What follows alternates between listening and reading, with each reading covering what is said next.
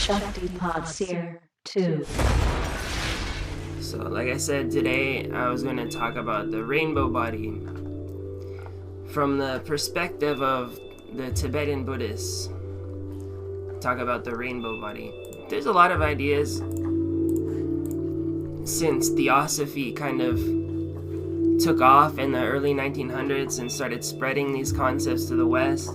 And during the 70s, we saw this major revival of interest in occult topics, things like astral projection and crystals and all of this. The New Age really stems from those, in my opinion, stems from those two major kind of tides of interest in occultism, which happened in the turn of the century, from the 20th century to the 21st century,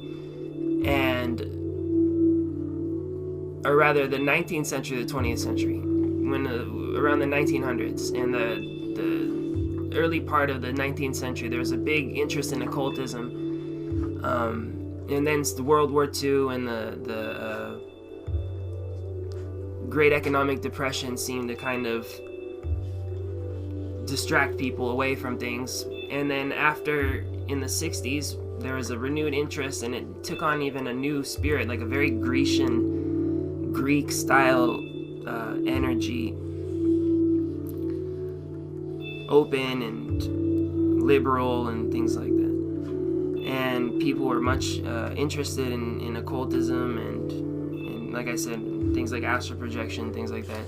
So nowadays we're seeing a third wave, almost. You could almost call it that, a third wave of New Age interests.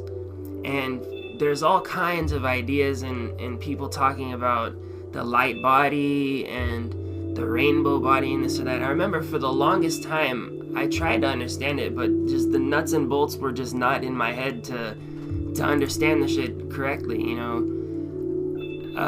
in any way that was made any sense at all. Like, because you're so used to looking at things from the material side, material angle, from the body being this sensory machine, which is only, you know, experiencing a physical reality of the five senses,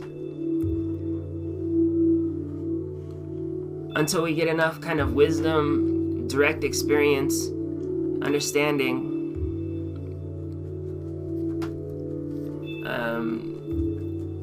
and still, even then, it's a friggin' very abstract concept, very high and lofty concept, very deep teaching, and a very scientific and hard to understand teaching for most of us. I mean, this is some science that is completely unexplored in the West, but it's been very much explored in the East.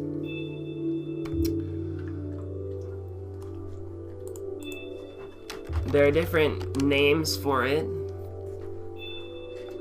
It's called the illusory body in Tibetan Buddhism. The illusory body.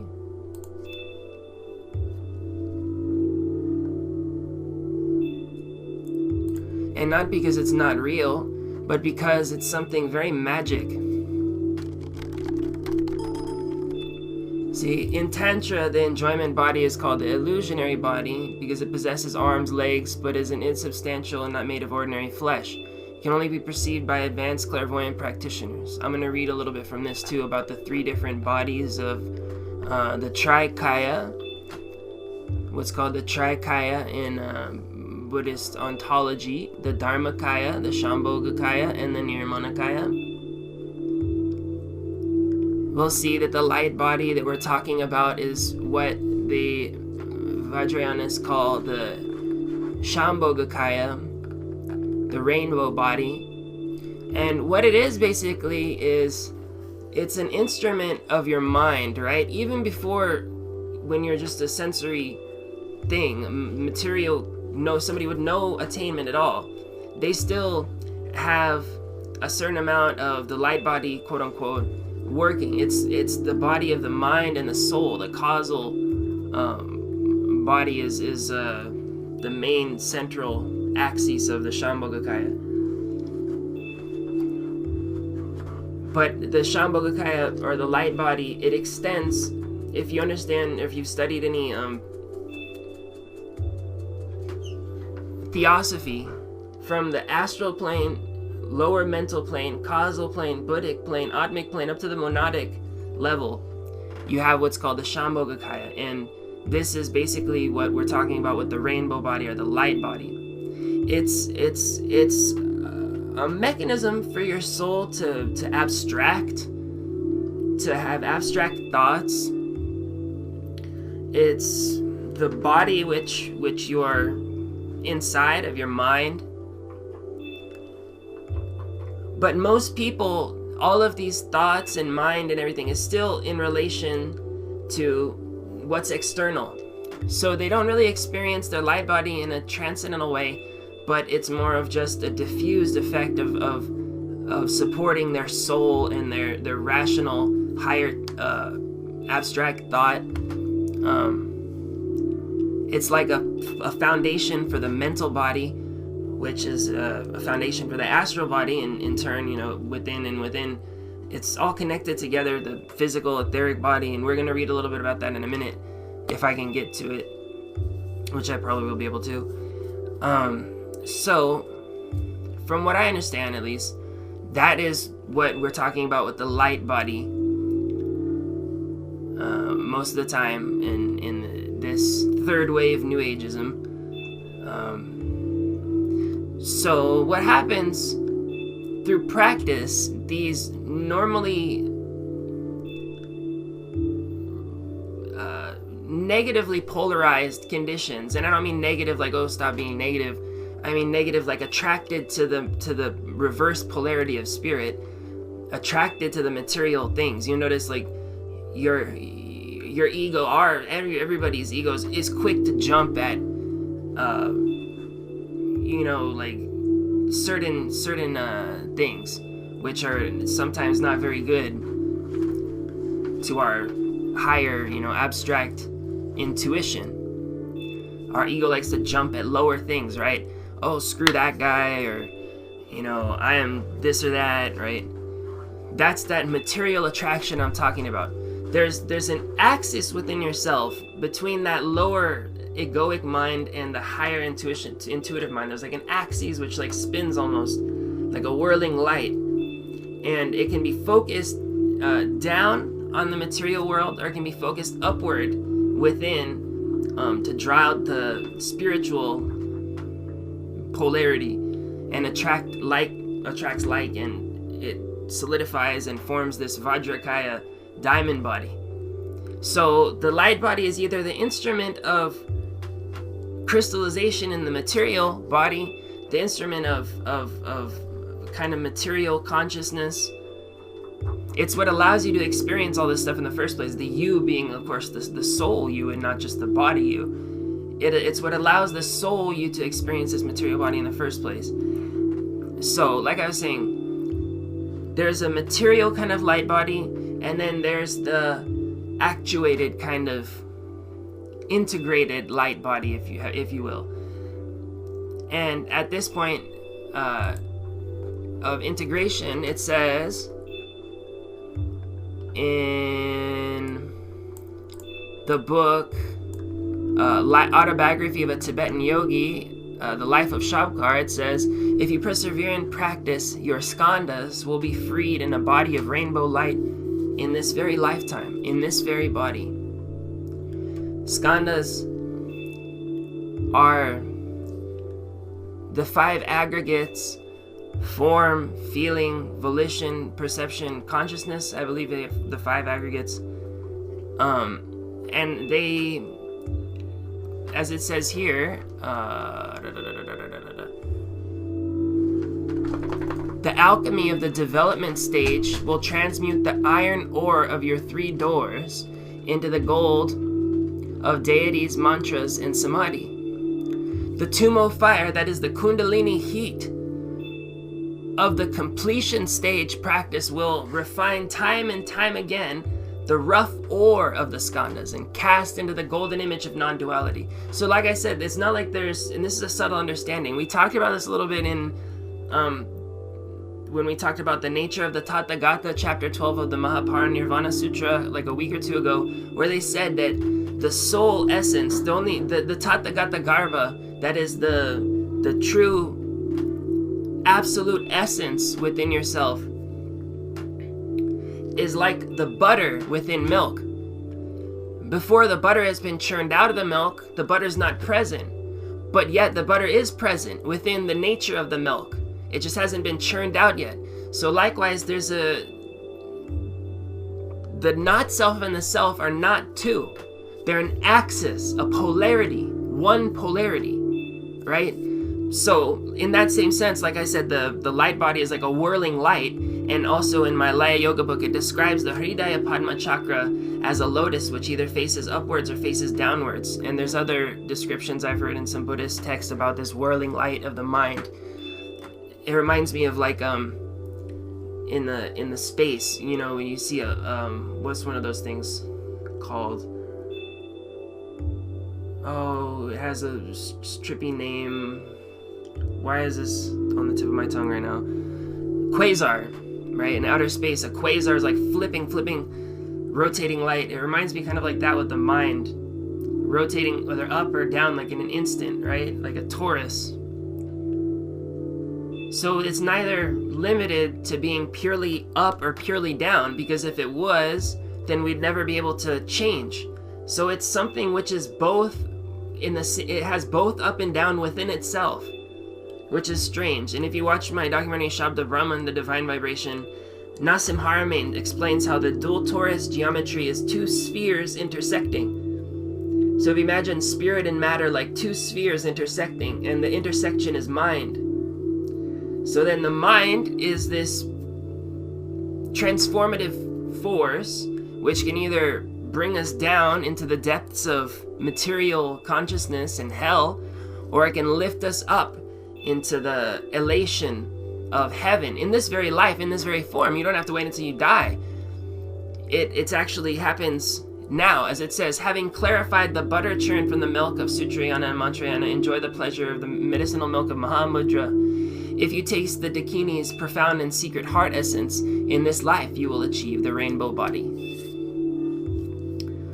Like a magician transforming one thing into another, you must learn to exchange non-virtue for virtue, and for the sake of all beings, release the great waves of bodhisattva activity. If you accomplish this perfectly, the fruit of Rupakaya will open. Rupakaya means the Shambhogakaya and the Nirmanakaya together as the Rupakaya. So the fruit of your individual self, the fruit of your own self will open. And so it's this kind of transformation, this reversal, right? A lot of texts, they talk about, you know, inversion, like reversing the polarity completely. Like if you read the Tao Te Ching, the Taoist book, the Tao Te Ching written by Lao Tzu, the whole thing is so masterfully written, and the whole, you know, philosophy of Taoism is based on the same kind of understanding. One of an example of a Taoist verse would be, the man who puts himself last is always first, for example. See, that kind of inversion, right? Kind of reversal. Usually we think that the person who's loudest, who's most obnoxious, who put themselves first, in America we think that definitely, right? Jersey Shore, anybody? The most obnoxious, loud person who puts themselves first, we usually think they're the greatest. But in reality, they're the biggest fools. The person who's the most humble certainly is the greatest. So the person who puts themselves last is the first. That's an example of a Taoist, like, really, it's actually one of the verses from the Tao Te Ching, which stuck with me. So, the causal body is the force which, or not the causal, but the whole Shambhogakaya light body, mind, the whole matrix within you is a force which is able to transmute material into spiritual.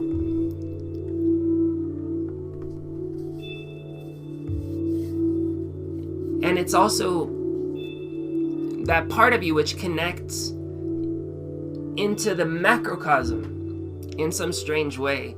Often when I'm meditating in the Shambhogakaya, in the rainbow body, after a while you actually meditate in the rainbow body, and you can see yourself traveling through different places and things like that. I often see Mount Meru in this rainbow body. What was I going to say?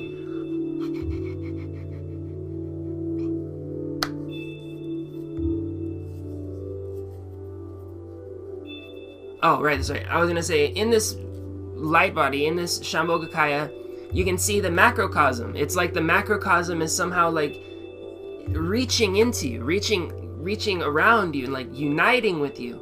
And you can see it. Like I said, I can see Mount Meru often when I'm meditating in the Shambhogakaya. Rainbow lights are everywhere, and there's the macrocosm. You can see it like a big mandala. It's beautiful. And this is why that the Eastern practitioners of Hinduism and Buddhism, almost all of the dharmic faiths, Jainism, all of the Shramanas and the Brahmanas, they all practice meditating on mandalas. Mandalas are a crucial part of all Eastern practices. And even in the West, we make magical circles and things like that. Western Wicca traditions, they make pentacles in the ground. Every single tradition, everywhere you go, there's some kind of mandala creating going on. And it's like a psychic map of our internal union with that macrocosmic reality, which is also inside, in some strange, funny way that is hard to grasp from the outside in.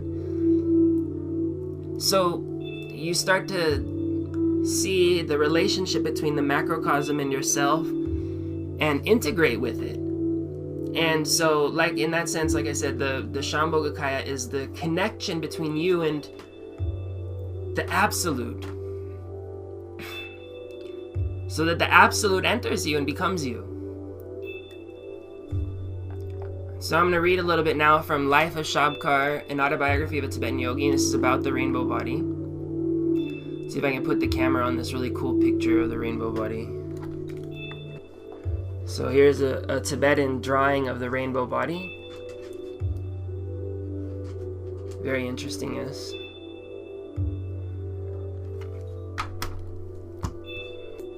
Okay, so I'm gonna read this. Handsome body, like a rainbow in space. Sweet voice, like Brahma's song. Vast mind, like the wide expanse of sky.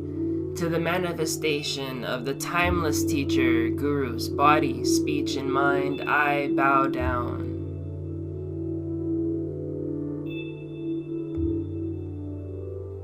So you see, like he's saying, handsome body like rainbow in space, sweet voice like Brahma's song, vast mind like the wide expanse of the sky. To the manifestation of the timeless Guru's body, speech, and mind, I bow down. So the Shambhogakaya, as he's saying here, is like Brahma's song, like the wide expanse of the sky. Macrocosmic features within the microcosm. Brahma being the creator of the universe, and the sky being the macrocosmic space. Our consciousness starts to take on these features through the Shambhogakaya, which is like this magical transforming conscious force. And like he says, to the manifestation of the timeless Guru's body, speech, and mind, the Shambhogakaya is one with that Shambhogakaya of the Absolute, who in Vajrayana, I believe, would be Vajradhara, who is seen as the root guru of everyone. So, like this light body is of the essence of, or this rainbow body is of the essence of the macrocosm. The macrocosm is of the essence of the individuals. And so there's a reflection, a relationship. And the essence of all the enlightened individuals is the Vajradhara, the root guru.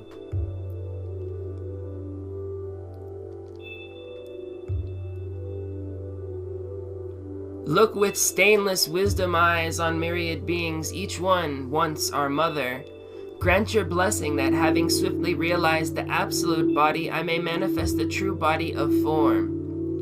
I, the Jogin Sondrak Rongdal, will now sing some essential advice. Fortunate ones who wish to attain Buddhahood in this very life with this very body, listen with respect. The root of all that exists, samsara and nirvana, is one's own mind. Primordially, mind is emptiness. Merge then into the sky-like absolute expanse, empty, luminous, beyond clinging. Outside, inside, eyes open or closed, day, night, asleep, awake, no difference. During practice, after practice, mind appearances, blend them. Continuously, without wavering, merge completely with this vibrant sky-like state. Even if you died right now, you would have no regrets. Death is release into the luminosity of Dharmakaya. Out of the expanse of the absolute body, the body of form arises. Although on this path there can be no mistakes, it is wiser to avoid complacency. Still, once you have achieved stability in meditation, do not remain satisfied with that alone. If you persist, practicing the instructions to transmute the body of this life into a body of light, you will become like deathless lotus-born one, that is the primordial Buddha.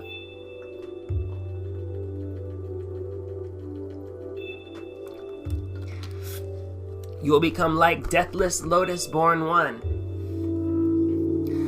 Lotus is the shape of the Kundalini fire in the body. And if you've studied any Dan Winter or these crazy hyperdimensional people who are in the New Age, and some of them are really good actually. I've learned a lot from Nassim Haramein. He's awesome. And Dan Winter's got some good ideas. They always show these geometric vortices of energy in the form of flowers. It's always like a flower, like a rose. The golden mean spiral apparently manifests in some rose way. Looks like a flower. So the 1,000-petaled lotus has to do with each petal represents a Mahabhuta, a great element. Each petal is like an element of creation, an energy channel. And the center is the Tanmatra, the nature. So you have the element of earth producing the Tanmatra of smell. And you have and that's in the root chakra. Then you have the element of water producing the sense of taste, and that's in the belly chakra. That's the difference between the Tanmatras and the Mahabhutas, the elements and the central thing. So likewise, everything is in this way like a lotus within the spiritual form. And so you'll be like the glorious lotus-born one, deathless lotus-born one, uncreated, not born from a physical, coming together of man and woman, but lotus-born, born from within the fires of the spiritual life, the Kundalini and internal alchemical, microcosmical craziness going on in there. Therefore, fortunate heart son, practice the development stage of the Yidam deity. Then consider your body as the Yidam, apparent yet empty. Yidam is Ishtadevata. Ishtadevata is the deity, your meditational deity, your personal deity. Consider the outer world as a pure land, a celestial palace, and all beings as gods and goddesses. So here's another meditation that a lot of Tibetans practice. Like I was reading in one of my Vajrayana books that you can do this exercise where before you go to sleep, you envision your room becoming the Dakini Pure Land of the Dakinis. And it also says in many other places, like in Hinduism, for instance, it's understood that wherever the pure devotee is, there is Vrindavan, or the spiritual world. In Vajrayana Buddhism, wherever the Buddha or wherever the enlightened person is, there is the Buddha land or the Pure Land. It's the same concept, that a person in that state actually exists within the Pure Land, in the Shambhogakaya. In the higher body, they actually exist in the Pure Land. You can see them.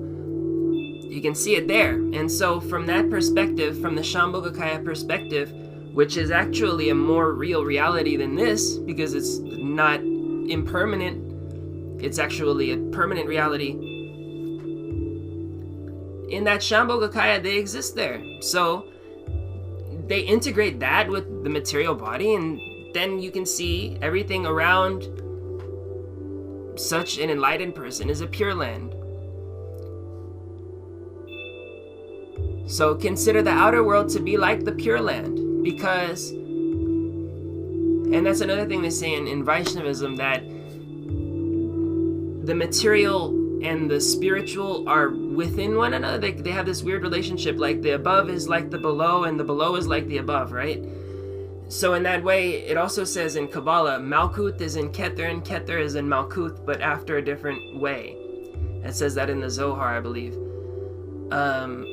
Malkuth being the lowest sphere of the earth and Keter being the highest sphere. They're within one another, but in a different way. So everything is within one another in some sense, and it's always moving and always changing. So there's different places happening on the earth. There's certain places of the earth which might be a complete hell, might be a complete Preta Lokas, might be a complete heaven. So like that, there's also places on the earth which are Pure Lands, where enlightened beings dwell. So just imagine yourself like in a Pure Land around you, and all beings as gods and goddesses, instead of just this mundane world, because that's what they truly are in their essential, absolute form in the Shambhogakaya. It's where we all dwell. This material form, this material world is like a slowed down version of that for people who have, fallen in this trap of materialism. But it's still always there. It's always within us also, not out there even, just within and out there in some strange way. The higher dimension is like within yourself. I saw this cool picture of a Buddha meditating, and it had a caption and a drawing of Mount Meru coming out of his heart on a rainbow. And it said that Mount Meru is within you. And it's interesting because the spine is called Meru Danda, or the staff of Meru, the spinal central channel thing. So, in some strange way, the Kundalini, the spine, and your internal reality is related to that absolute pure abode. And it's within you, and yet without at the same time. In kind of, I guess, the same way as the sensory experience that you see the world around you is within your brain, right? It's not really, you can't see it necessarily like out there, but you're seeing it in your brain. In the same way, the pure abode is within you. So when you bring it out of you, it becomes all around you. And in the same way, visualize it and you can see it all around you. Reality is not a set, stuck thing, like I said, out there, but it's an internal sensory experience. So different peoples can be experiencing different things at the same time. For some people, it can be hell. If they want it to be hell, for another person, it's the Pure Land. Alright.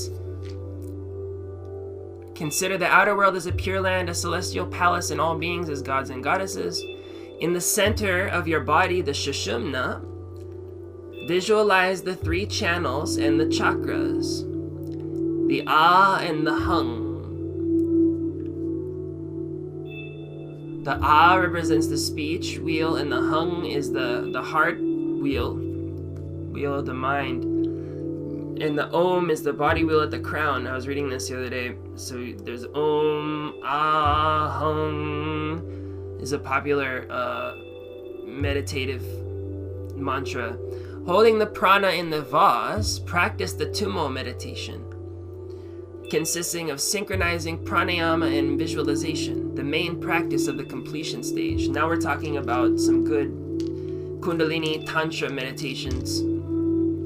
Synchronization of pranayama and visualizations, kind of like Laya Yoga, exactly Laya Yoga actually. I have some Buddha Shuddhi pranayama meditations, which are exactly that. If you go on my channel and type in Buddha Shuddhi, you can see what that is like. It's pretty cool meditation.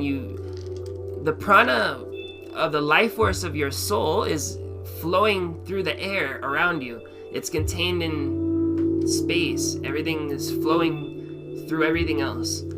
These various winds of prana, says the Eastern mysticism. And Om, the divine sound vibration Om, represents prana va, prana in motion. So by breathing, controlling the breath, your breath is actually a mini version of the Om mantra. When you exhale, there's an Ha, and you inhale, Ooh, and then when you're silent, there's an So exhaling Ha, every breath is an Om.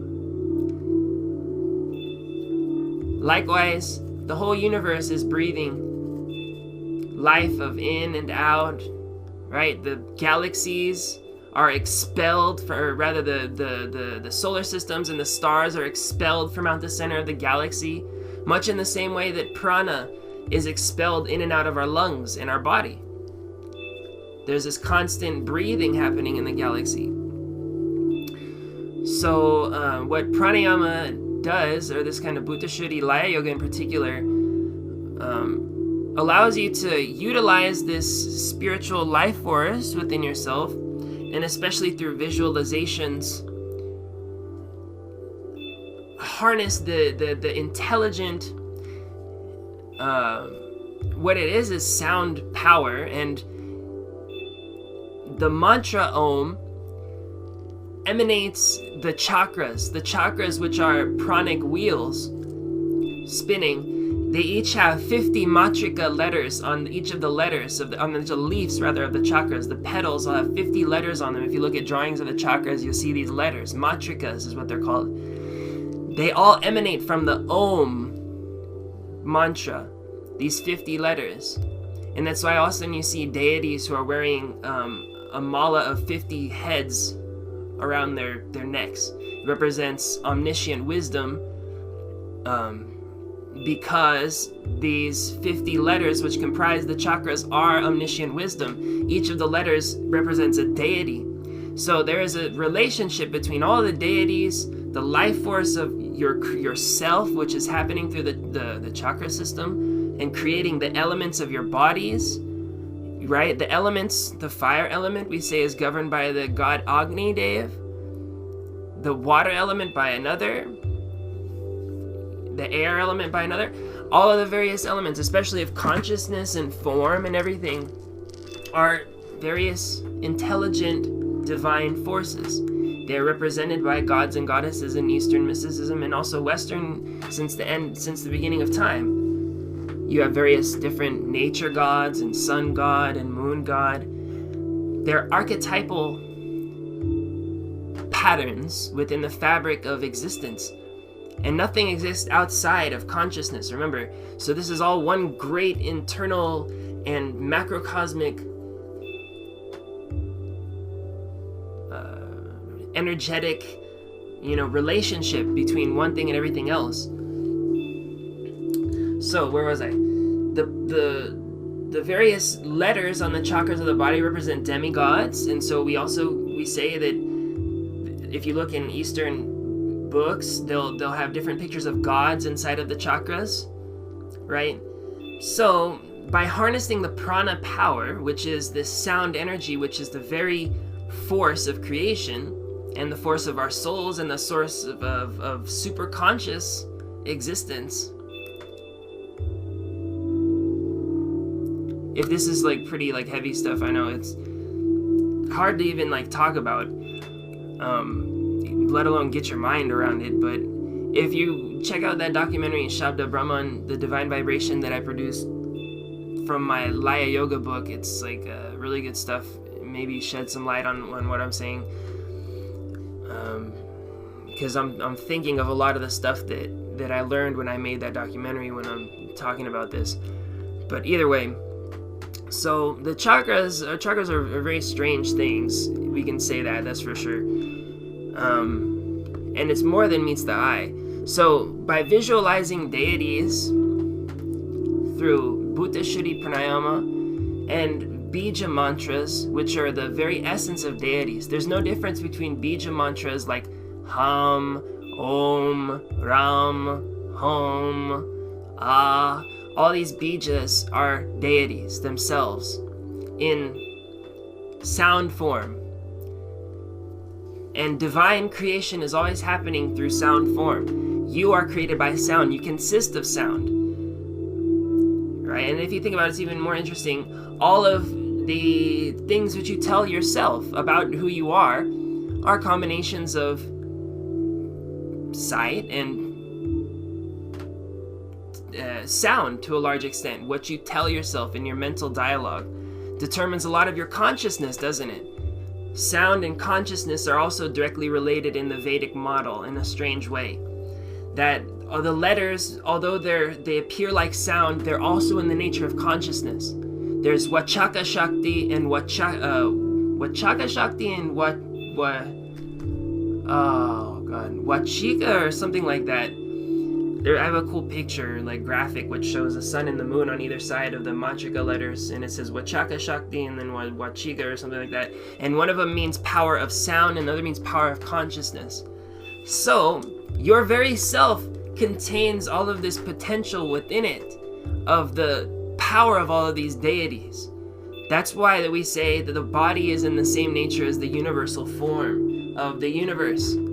The body is in the form of the universe. And what is the universe? Various gods, angelic, whatever denomination that you want to see.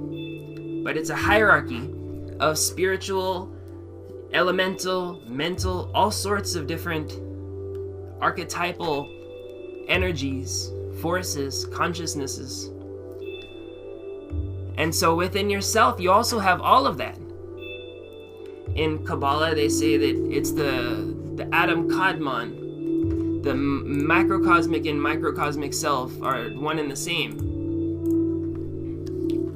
So, through pranayama, what I was originally talking about, Bhuta Shuddhi Pranayama especially, which focuses on Bij mantras, which I said are the sound essence of the deities. And like it says here, you should meditate on the yidams, which are the deities, which are encased in the sound Bija mantras. You meditate on yourself as them, and then you kind of connect with that element of super consciousness. So that's what pranayama does. It changes consciousness into super consciousness through the unfoldment of the pranic powers which flow through the chakras and which are based on the kundalini. The kundalini is the static background of prana, according to my Vedanta book, in the same sense that a neutron is a static background of the electron. The prana is whirling around yourself. And the kundalini is central. It doesn't whirl, it just rises and goes up through the center, the middle. So, as it says, in the center, Shushumna of your divine body, the Shushumna Nadi is the center of your divine body. Visualize the three channels, the chakras, the Om, the Ah, and the Hung, holding prana in the vase. Holding prana in the vase, the vase. Prana, as I said before, I think is sound power. It's called Dhwani, sound power, which emanates from the Shabda Brahman, the sound superconscious God. Prana is the nature of your soul. And it's also the nature of the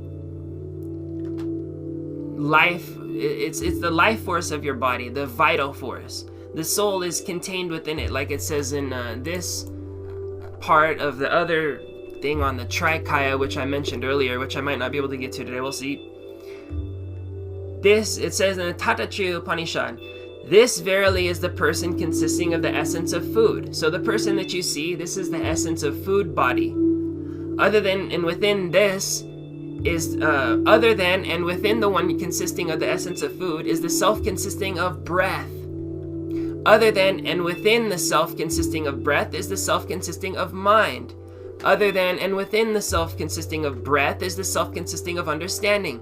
Other than and within the self consisting of breath is the self consisting of bliss. So it says, first within the essence of the food body is the self of breath. And then it says within the breath is in the mind. And it doesn't say within the mind is the understanding. It says within the breath is the understanding. And it doesn't say within the mind is the bliss. It says within the breath is the bliss body, the Anandamaya kosha. They're talking about the 5 koshas of the bodies. And they're saying that no, the understanding body is not within the mind body. The bliss body is not within the mind body. It's within the breath body. And the breath body is the prana that we're talking about, the sound, dwani power. Right? Everything in your body is basically sound, energy. It's vibration, yes?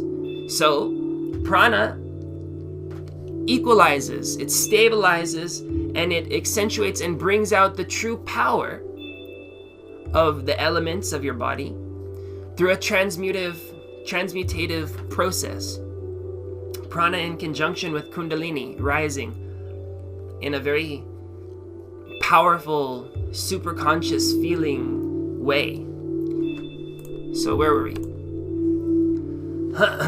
Holding prana in the vase. So prana, that sound power, you hold it in the breathless state. That's what that means. In the Laya Yoga book, it said that in the state of Kumbhaka, which means the breathless state, the Shushumna Nadi is vitalized. When you're inhaling, your Ida Nadi is vitalized. That's the energy which vitalizes your mental bodies. When you're exhaling, the physical body is vitalized by Prana Shakti. But when your body is, or when you're not inhaling or exhaling, in the breathless state, and you can feel this often in meditation, your breath will become gradually more and more breathless. And this is why. Because the vital force, which is related to the breath and which is related to the soul and the mind and the bliss and the understanding, that breath body is being conducted into the central channel. The breath energy, rather, is being drawn into the central channel in emptiness, and in breathlessness, emptiness too, but breathlessness. So in that breathlessness, the prana is conducted into the central channel rather than vitalizing the mind or the physical body. And the kundalini then rises. As it affects the kundalini, the prana and the kundalini rise within the central channel. And it gradually, according to Vajrayana, it unloosens these knots which are tied. There's a knot at the heart and a knot here and a knot there. So it gradually unloosens these knots and exhibits the nature of superconsciousness, the nature of deities.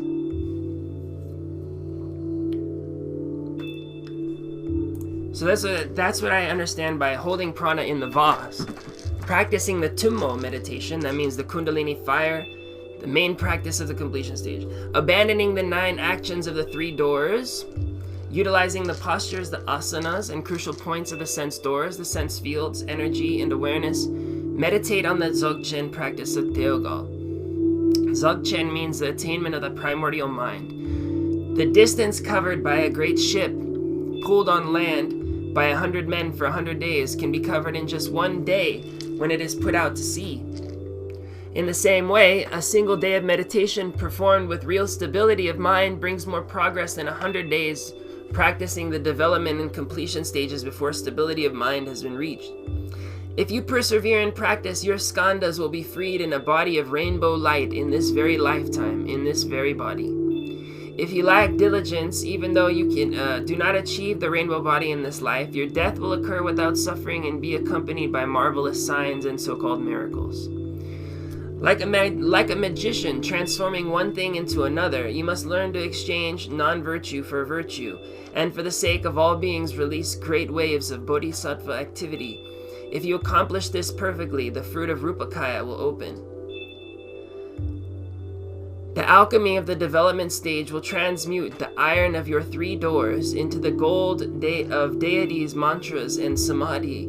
The Tummo fire, Kundalini heat of the completion stage will refine time again and again the rough ore of the skandhas and cast it into the golden image, non-duality. Having clarified the butter churned from the milk of Sutrayana and Mantrayana, enjoy with pleasure the medicinal milk of Mahamudras. If you taste the Dakini's profound and secret heart essence, in this life you will achieve the rainbow body. Train the fledgling wings of your mind to fly through the fontanelle window of your body's house. Continuously let the mind bask in the sun. Luminous emptiness, free from mistaking thought objects as solid, separate, or real, then lasting bliss will be allowed to rise naturally by itself.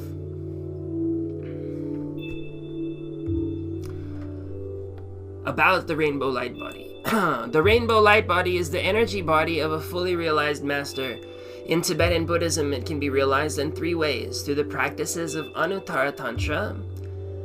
That's what we did yesterday with that Haruka body mandala stuff. The special practices of the Kala Chakra Tantra, or through Dzogchen. Dzogchen, like I said again, is the attainment of the primordial mind state. One may perceive it to be the transformative Shambhogakaya, which, serving as a template, transforms the physical body into its highest rate of vibratory form. The 3 kayas, or bodies, Dharmakaya, Shambhogakaya, and Nirmanakaya, when integrated harmoniously, form the Svabhavakaya, which means the self-nature body, or the Sahajakaya, which means the body of completion. The physical body governed by this template can dissolve into it once the pathways/channels have become opened and strengthened. So the pathways and channels become open and strengthened. Like I was saying earlier, the physical body and the mind, which are governed by the inhaling and the exhaling, in the central breathless state, they can be dissolved by the strengthening of the pathways and channels. Then each breath becomes like a method for dissolving the mind and body into the soul. It is here where the transformation takes place into the Vajrakaya, the rainbow light body. Vajrakaya literally means diamond body or thunderbolt body. Vimal Mitra spent 13 years in Tibet and left to Wutai Shan Mountain, Mount Wutan in northeast China, promising to return and emanate in Tibet every 100 years to further the clear light teaching of Zoga Podshempo. This is the same mountain where Sri Singha is said to inhabit. It is said that Vilamitra remains in the rainbow body of great transference until all of the 1,002 Buddhas of this fortunate kalpa have emanated. After that, he will go to his Vajrasana in Bodh Gaya in the physical world. There he will manifest a state of complete, pure, perfect enlightenment. Here the 5 elements that constitute all things are transmuted and purified into their primordial essences. These 5 elements related to primal source, like a seed relates to potentially great tree and its fruit, relates to a potentially great tree and its fruit. These 5 elements relate to primal source, like a seed relates to its tree and its fruit. Interesting. So it's saying that the 5 elements of your body, or rather, the 5 elements correspond to all nature: Prakriti, Shakti, evolutionary force, conditions, nature, and the motherly Buddha. That's pretty amazing. So the 5 elements correspond to all of nature. And I was going to say before, the 5 elements of your body are like the seeds of the primordial source, which would be the 5 jinas, the 5 dhyani buddhas. The major chakras, sounds, colors, pure and impure emotions, the wisdom energies, and the mysterious integration of the inner and outer mandalas. The mysterious integration of the inner and outer mandalas. The rainbow light body of Vajrakaya teachings pertain to psychoenergetic components connected to the material existence or manifestation/emanation. When the bodies align, the Dharmakaya, that is, the formless truth body of the primordial Buddha, the Shambhogakaya, the bliss body which is constituted of psychoenergetic components, and the Nirmanakaya, the emanation or physical manifestation body, will align in a harmonious unity called the Svabhavakaya, as it is body. The Dharmakaya naturally expresses itself as truth embodied. Its essential nature is absolute/ultimate bodhicitta, that is, heart mind or awake mind. This is how it expresses when the innate Buddha nature, Ishvara, is activated, spontaneously by opening up the pathways. Because the pathways have become conditioned through negative past karma, the yogi usually has to make an effort to clean out the pathways and create opportune conditions for this to occur. That is why it's fruitless to attempt the rainbow body without activating the absolute bodhicitta and Buddha nature. It just can't happen mechanically, although many egos have tried with disaster as the result. Activate the bodhicitta, that's the awake mind, and realize the Svabhavakaya, the body as it is. And one will then, what is to be done is known in the light of true wisdom. Svabhavakaya, or the Swabhava rather in Svabhavakaya, means intrinsic vision as it is, pure intrinsic nature, or nature original nature, or natural original nature, sorry. This occurs when the dharmas and psychic pathways are purified, activated, and aligned. Pathways are purified, activated, and aligned. When that purification, activation, and integration extends to the 5 elements, the marmas, nadis, bindu, and winds inside the body form an inner synchronicity with the cosmos. If you understand what the nadis and bindus are, and the nadas and the bindus, nadas, nadis, bindu, if you want to understand what those are, like I said, watch that documentary, Shabda Brahman, on my YouTube channel. It talks about all this stuff, the nad and the bindu, the winds inside of the body, what it all is. Form a synchronicity, an inner synchronicity with the cosmos, Prakriti, the evolutionary force, Shaktima, or motherly Buddha, which are the dynamic sum total of causes and conditions since beginningless time. This integration is the same as integration of the microcosm and macrocosm. Only here there are 3 bodies to integrate.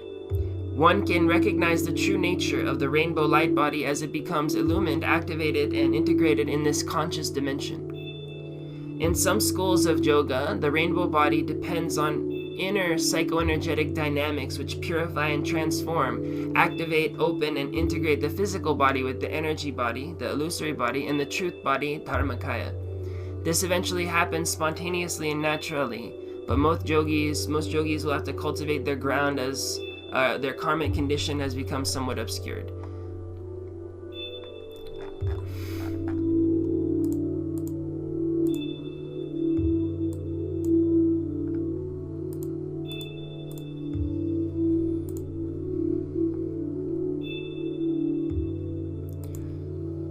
By the Dharmakaya and all visible kayas, the sun of omniscience rises in the sky, which is the very heart of enlightenment, to shed light beams of wisdom on beings.